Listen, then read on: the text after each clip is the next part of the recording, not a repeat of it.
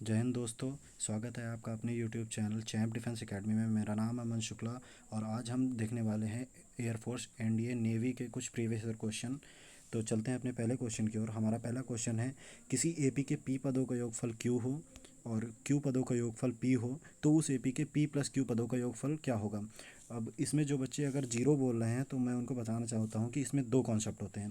पहला तो ये वाला कि पी पदों का योगफल क्यू और क्यू पदों का योगफल पी और पी प्लस क्यू पदों का योगफल क्या होगा। तो इसमें हमारा आंसर आता है माइनस का पी प्लस क्यू। जो आप लोग जीरो वाला सोच रहे हैं वो वाला होता है कि जब पी पी पदों का योगफल पी पदों का योग बराबर होता है क्यू पदों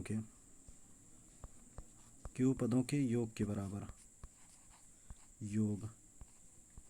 और जब क्यू पदों का योग होता है पी पदों के योग के बराबर तो उसमें हमारा आंसर आता है जीरो।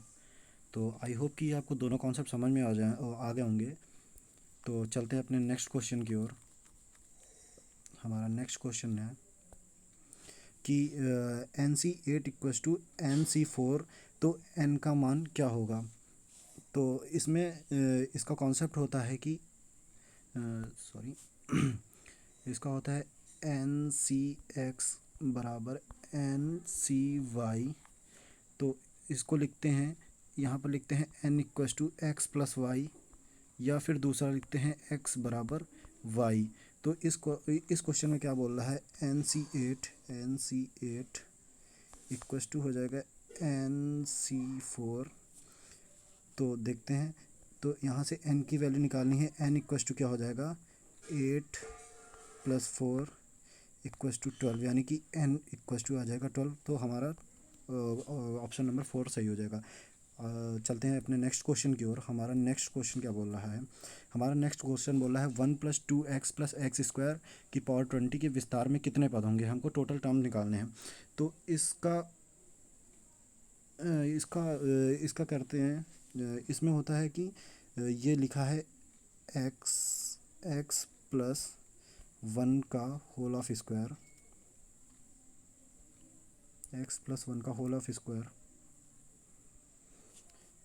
तो जब पदों को निकालते हैं, जब दो पद होते हैं, केवल अगर दो पद होते हैं तो उसका होता है n+1। तो इसमें n की वैल्यू कितनी हो जाएगी, इसमें हो जाएगी, ये हो जाएगा x प्लस 1 का होल ऑफ स्क्वायर की पावर 20। तो यानी कि x प्लस 1 की पावर 40। तो हमारे जो टोटल नंबर ऑफ टर्म निकलेंगे n+1, ये n+1 है, इसको n मानते हैं, यानी कि 40+1 इक्वस टू 41। तो इसमें हमारे टोटल टर्म आ गए 41। तो यानी कि 4 नंबर सही है। Option number 4 is correct.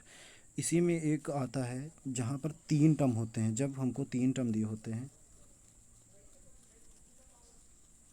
एक सेकेंड, जब हमें 3 टर्म दिए होते हैं, जैसे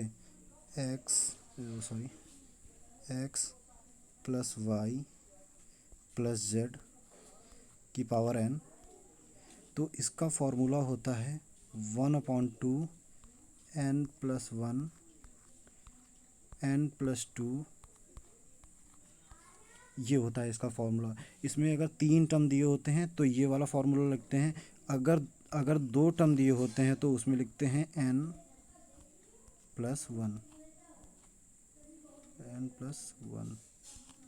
ये फार्मूला लिखते हैं। तो आई होप कि आपको समझ में आ गया होगा।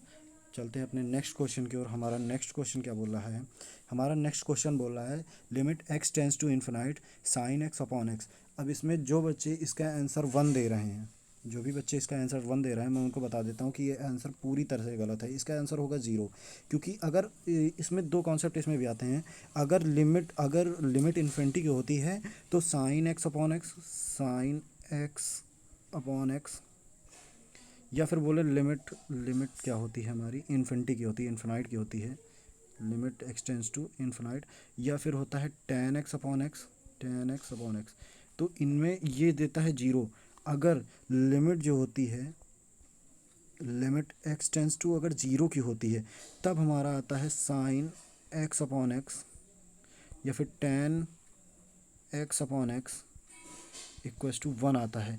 इन दोनों में डिफरेंस आपको समझना होगा। अगर इन्फिनिटी की लिमिट होगी तो जीरो आएगा, अगर जीरो की लिमिट होगी तो हमारा आ जाएगा वन। तो इसलिए इसका आंसर जो होगा, इसका जो आंसर आएगा वो हमारा ऑप्शन नंबर वन, सॉरी हाँ, ऑप्शन नंबर वन करेक्ट होगा, इसमें जीरो आएगा। ठीक है, आई होप कि समझ में आ गया होगा। चलते हैं अपने नेक्स्ट क्वेश्चन की ओर।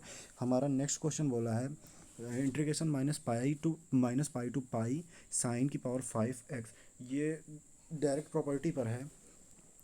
जब दिए होते हैं minus A to A x f x, sorry minus to A f x, तो इसमें हम देखते हैं पहले जो एक्स का फंक्शन है उसको चेक करते हैं इवन है या ऑड है।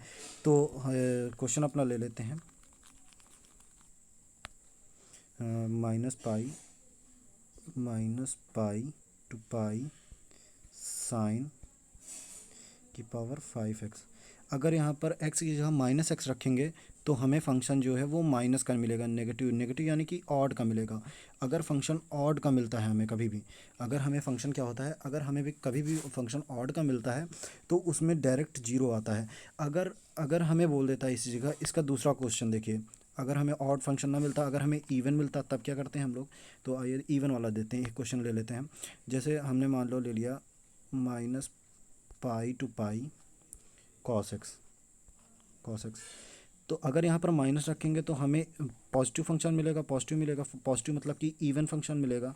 अगर इवन फंक्शन मिलेगा तो हमें इसे सॉल्व करना पड़ेगा। अब सॉल्व करने की ट्रिक क्या है अब मैं आपको बताता हूँ। आइए इधर ले लेते हैं, ये है माइनस पाई टू पाई, अब इवन फंक्शन है कॉस एक्स है, तो हमें नीचे वाली लिमिट को ज़ीरो कर देना है। देखिए कैसे, नीचे वाली लिमिट को ज़ीरो रखा और जो यहाँ पर है इसको पाई को पाई बाई टू में बदल देंगे, पाई बाई टू, और दो आगे ले आएंगे और कॉस एक्स लिख देंगे।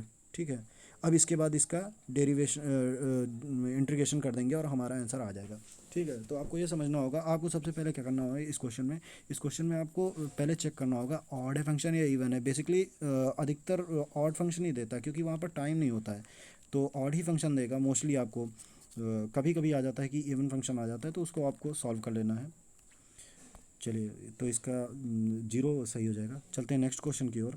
नेक्स्ट और आखिरी क्वेश्चन है हमारा, अवकल समीकरण की कोटि तथा घात यानी कि ऑर्डर और डिग्री बतानी है। तो कभी भी अगर हमको जो को घात है अगर ये अपॉन में दिख जाए तो इसको लीनियर फॉर्म में लिखते हैं। कैसे, इसको लिखते हैं d2y upon dx2 equals to one plus dy upon dx, इसका होल ऑफ स्क्वायर है और टोटल का 3/2 है। ठीक है, अब ये 3/2 को इधर ले जाएंगे हम, सॉरी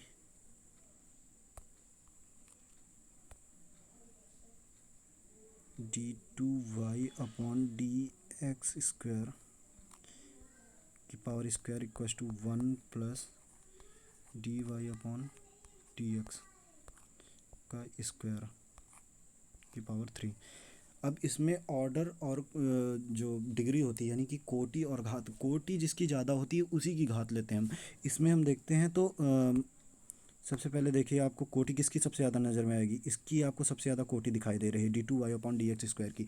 इसकी तो वन है, इसकी दो है कोटि, इसलिए हमेशा कोटि और घात बड़े वाले की लेते हैं, यानी कि ऑर्डर जिसका ज़्यादा होगा उसी के लेंगे।